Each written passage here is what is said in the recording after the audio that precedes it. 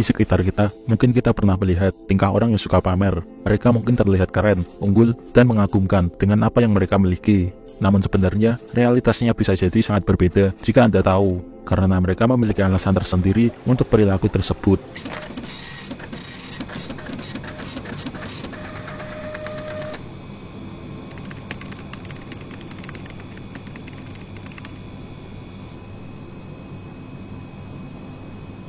Alasan dibalik pamer kekayaan dan kemewahan seseorang sendiri bervariasi. Dan berikut beberapa alasan umum mengapa orang suka pamer.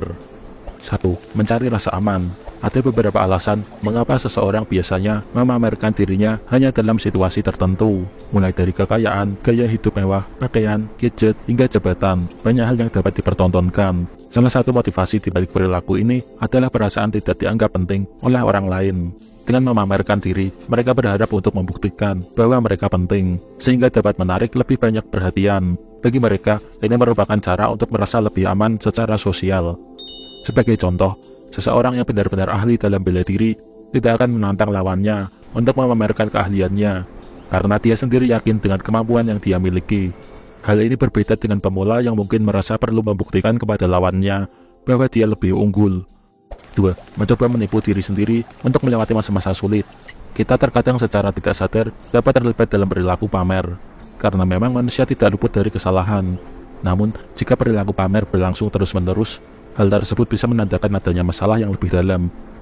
Contohnya, seseorang memamerkan kemewahan hidupnya dan kesuksesan bisnisnya dengan harapan untuk meyakinkan dirinya sendiri dan orang lain bahwa segalanya berjalan lancar, meskipun kenyataannya sebaliknya.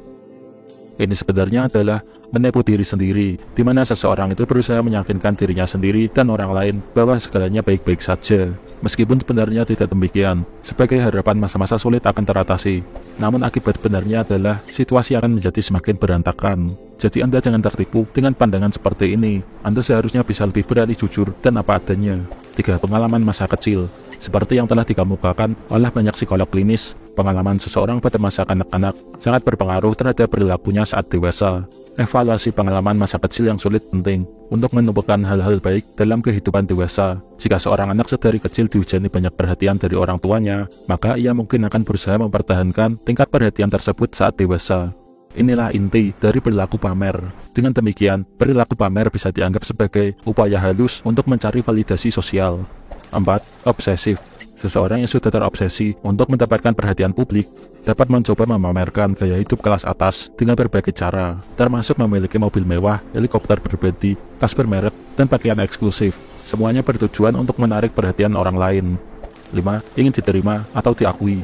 Menurut Abraham Maslow, pengakuan terkait dengan proses aktualisasi diri.